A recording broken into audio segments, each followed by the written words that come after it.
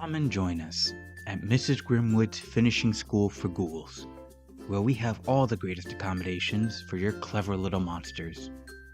We have sports, fantastic service, a great view of the swamp, and the best gym staff we can offer. Enroll your daughters with Mrs. Grimwood's Finishing School for Ghouls. They'll have a howling good time. Scooby Doo and the Ghoul School is the second of the three Scooby Doo movies made for the Hanna-Barbera Superstar 10. Despite the shared appearances between Boo Brothers, this doesn't seem to be connected to any universe and is a standalone film much like the majority of the Scooby Doo animated films. Shaggy, Scooby, and Scrappy sign on to become gym teachers for Mrs. Grimwood's Finishing School for Girls. Unbeknownst to them, the students are all daughters of famous monsters.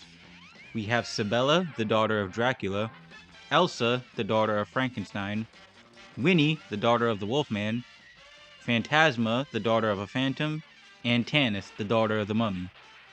With the help of the gang, they deal with both a neighboring military academy for boys and the sinister Revolta, who wants to kidnap the girls to make them their slaves. Now, the last movie had the Boo Brothers be the title characters, but do pretty much nothing in the grand scheme of the movie.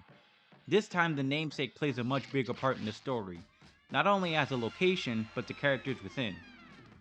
The students of Ghoul School are all such great characters. Their designs are wonderful, they have dynamic personalities, and the relationship they develop with Shaggy and Scooby is sweet. It's nice to see two characters who are normally so afraid of monsters warm up to the students, even if it's under the threat of their fathers. Speaking of their dads, the relationship between the girls and their parents are sweet too.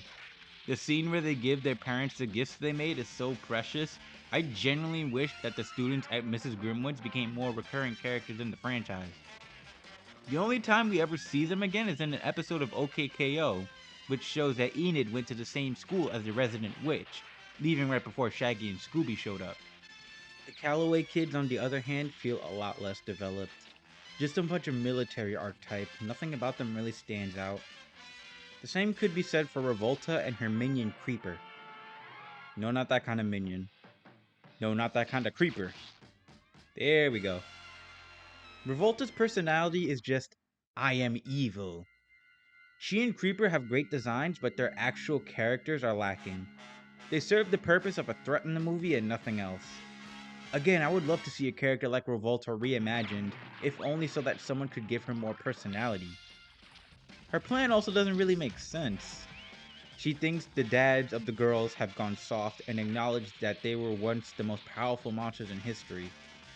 But instead of going after them, she goes after their daughters to make them her slaves. Somehow these younger monster girls are key to Revolta being the most fearsome monster in history. Mrs. Grimwood too doesn't really get a lot of attention or personality compared to the girls. She doesn't even really assist in their rescue in the climax.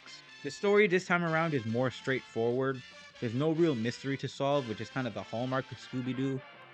It's just Shaggy, Scooby, and Scrappy taking a job as gym teachers for a school of ghoulish girls. Now, that's not a bad thing.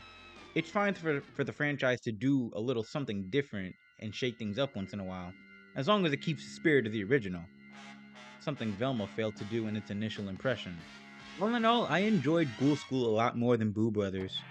Part of that might be due to nostalgia bias, since I definitely watched this and the next movie more than the Boo Brothers as a kid, but most of it is just this movie being structured way better than the first one. There's a lot less stuff distracting the plot, the story is more straightforward, and I love the students of Mrs. Grimwood's. Again, I really hope someone in the future decides to give these girls a proper appearance in a new Scooby-Doo property. The only negatives I'd give it are the bland villains, and the animation isn't as good this time around. There aren't those spouts of fluidity or really nice bits of shading the same way the Boo Brothers had. But this one is a solid 7 out of 10 for me. And now, friends, we're off to the races, as our next movie is the last Scooby-Doo movie in the Hanna-Barbera Superstar 10. It's Scooby-Doo and the Reluctant Werewolf. My name is Crit. Thanks for watching.